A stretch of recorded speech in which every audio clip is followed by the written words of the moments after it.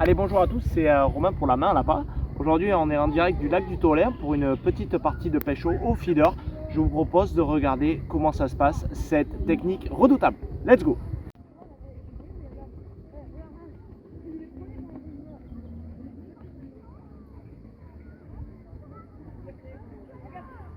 Pour pêcher au feeder, on va avoir besoin bien sûr d'un ensemble canne plus moulinet.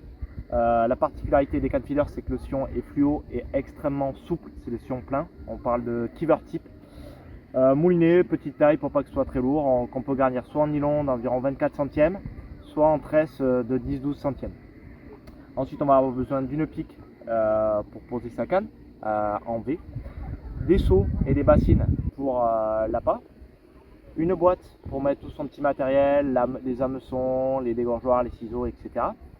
Une boîte pour conditionner ses feeders, ses petites cages. Et puis éventuellement bourriche et épuisette pour les gros poissons, bourriche pour stocker ses poissons en toute sécurité. Et puis ça fait partie des techniques où on peut avoir des stations, et si vous n'avez pas de station, des simples petits tabourets, ça fait l'affaire pour pouvoir s'asseoir et pêcher plus précisément.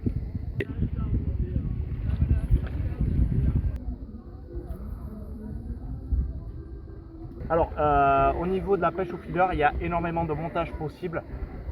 Sachant qu'il y a plein de techniques qui se recoupent entre elles, feeder, méthode mix, etc.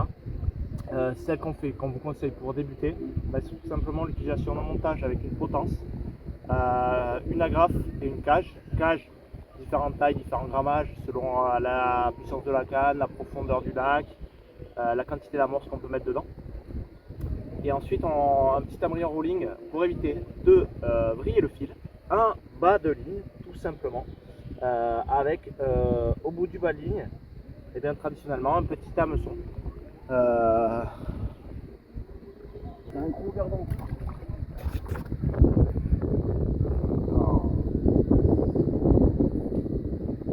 On pouvait prendre un amorce, une amorce de type feeder. On tasse à deux doigts, tout simplement. Et là, chaque fois qu'on va lancer, ça amorce et ça sert de lest en même temps. Donc asticot tout court, on évite les pinkies. Je viens mettre un blanc à ras sous la peau. On fait la même chose avec un asticot rouge et un troisième en blanc, et on a le combo parfait.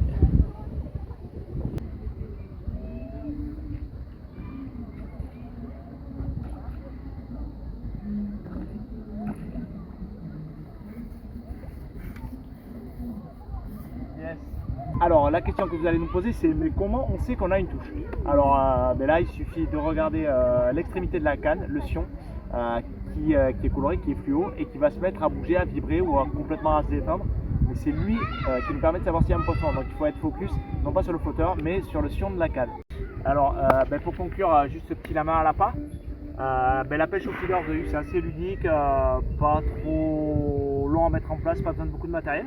Et puis ça fait vite des belles pêches. Regardez ces poissons, on a pêché moins d'une heure. Et regardez-moi ces poissons qu'on a capturés. Donc des jolis brèmes, quelques beaux gardons également. Voilà, et puis ça marche très bien pour tous les poissons de fond. Donc tout ce qui est carpe pareil, tanche, barbeau. Il y a de quoi se régaler et d'avoir ses premières sensations avec une canne à mouliner. On se retrouve très bientôt pour un nouvel épisode ou pour certains au bord de l'eau dans pas longtemps. Salut, ciao ciao!